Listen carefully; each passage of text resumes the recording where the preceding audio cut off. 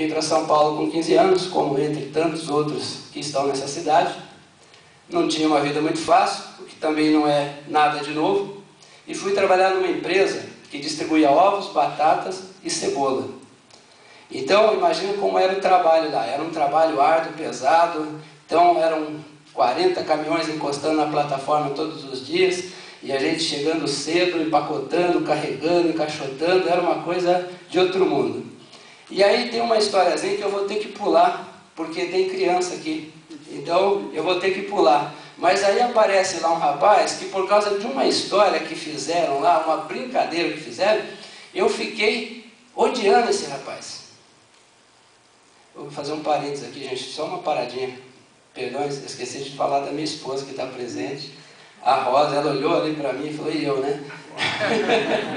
Minha esposa, a Rosa, estamos juntos há 21 anos. Nossa filha mais velha tem 20 anos. Depois tem a Beatriz com 18, design, que fez a arte da capa ali. E o meu pequeno lá, de 10 anos. Desculpa.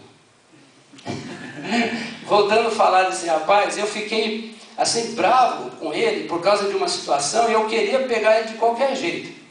E aí imagina, né, aquela rapaziada de 16 anos não gosta de levar muito desaforo para casa e ele tem um jeitinho de andar meio Charlie Chaplin, assim, daí o apelido dele, Robozinho. E aí passa o tempo, a coisa se esclarece, nós não brigamos, mas nos tornamos amigos. E aí a gente conversava muito e tinha lá alguns caminhoneiros que eles não trabalhavam, que eles eram autônomos. O que eles faziam? Eles compravam ovos, batatas, cebola da empresa para revender, abastecer padarias, avícolas, esses comércios pequenos, o que hoje já não funciona muito bem, porque o acesso está bem mais fácil. E ele conversava comigo e me pedia muita ajuda. Ele veio do Ceará, tinha muita dificuldade lá com as coisas, ele era praticamente analfabeto, e ele me falava assim, olha, ele me falava, Aguinaldo, veio muita gente da minha terra para cá, e eles venceram. Eu tenho certeza que eu vou vencer. E eu falava, legal, tem que lutar mesmo. Tal. E ele falava, olha, mas é uma questão de honra, porque se eu não fizer isso, nas palavras dele, os meus pais vão ter um fim triste. Vão ter um fim ruim. Eu quero melhorar a vida deles. E aí, religiosamente, todo mês, entrava o vale, eu ia com ele até uma avenida um pouco distante e ele tirava o valor que ele pagava a pensão e o restante ele depositava. E ele falava que ali ele estava construindo. Passado um tempo ele sai, começa a trabalhar com um desses autônomos, e aí o tempo vai passando. A última vez que eu soube dele, ele então tinha aprendido a dirigir, tirou carta de motorista, e o dono desse caminhão passou então alguns clientes para que ele começasse as suas atividades. E aí eu saí da empresa. Passado quase 15 anos, eu e meu cunhado, irmão da minha esposa, estávamos andando num bairro lá da periferia da Zona Norte, e nós fomos ver uma casa que o cunhado do meu cunhado estava construindo. Na volta, ele parou assim, olhou um sacolão, o comércio, né? Grande mesmo assim, e falou, olha, sabe aquele sacolão ali? É do Robozinho. Eu falei, ah, sério? Puxa, aquela Kombi da frente é dele. A esposa que cuida do sacolão e ele com a Kombi, ele abastece aí alguns comércios pequenos. Eu falei, é legal, o imóvel é dele, e a casa em cima é dele também. Puxa, sabe quando dá aquela vontade de você comemorar? Parece um gol do São Paulo na final do campeonato, assim, né? Todo mundo gosta de comemorar. Por quê? Porque ele avançou. Ele avançou. E aí nós pegamos, assim, paralelo a isso, uma outra história. Cuidei da Juventude Batista da Zona Norte da capital. Durante 3 anos fui presidente dessa juventude, que é um departamento dentro da associação.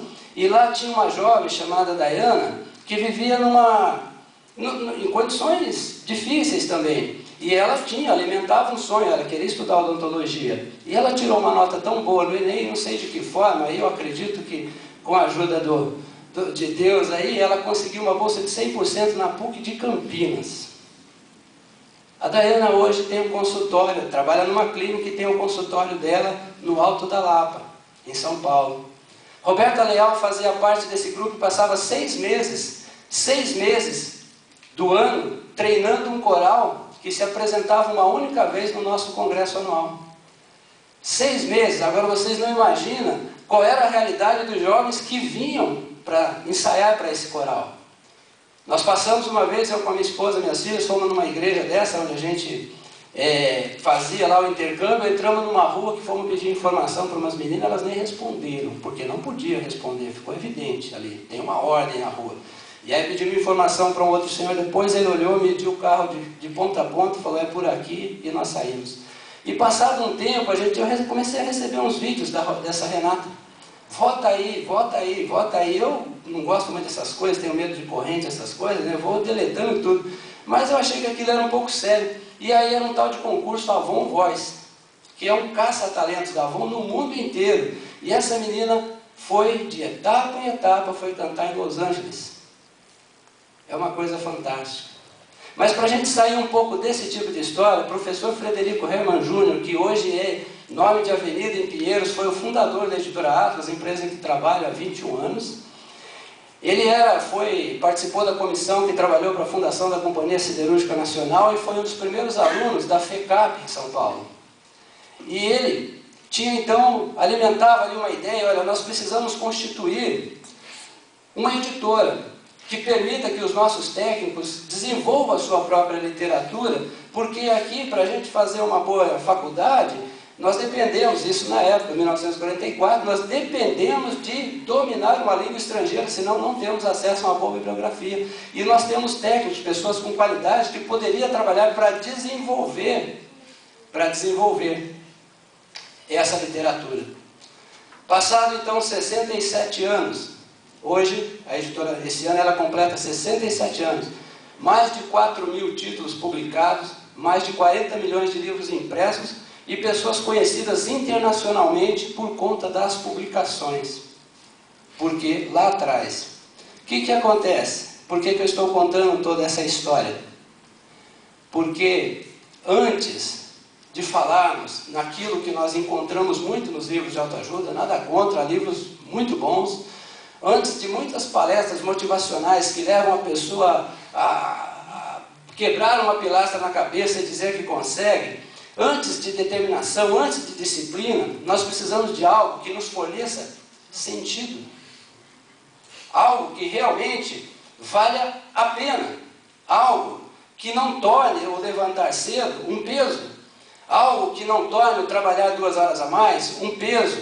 Algo que não torne o nosso trabalho uma cruz a ser arrastada durante 40 ou 50 anos da nossa vida. Mas algo que seja parte de uma trajetória, de uma conquista. Isso foi o que levou o Robozinho, o meu amigo Robozinho, a construir o teu sacolão e a oferecer uma vida tranquila para os teus pais. Levou a Roberta Leal a cantar em Los Angeles, levou a Dayana a ser dentista e levou o Frederico Hermann Jr. a constituir uma empresa do tamanho que é essa empresa que nós representamos hoje. Então, o primeiro ponto que eu queria deixar bem claro, não é um segredo, nós não estamos falando a chave do segredo do sucesso, aonde está o caminho do sucesso. O sucesso é construído. E o primeiro ponto é o seguinte, qual é o sentido? Qual é o sentido da nossa busca? Qual é o sentido? Quanto vale a pena? O que vale? O quanto eu devo pagar por isso? Eu ajudei num trabalho, assim, muito eventualmente, com recuperação de dependentes químicos. Trabalho fora do nosso, a parte, né, das nossas atividades profissionais. E aí muitas vezes eles falam, não, você tem que sair dessa, você tem que sair dessa. Aí quando você coloca ele, ele começa, não, porque, sabe, a minha mãe, eu não queria ser assim, o meu pai. Aí você fala o seguinte, mas eu também tenho que ficar nessa clínica me tratando 6 ou 7 meses. É o seguinte, quanto é que vale a tua mãe para você?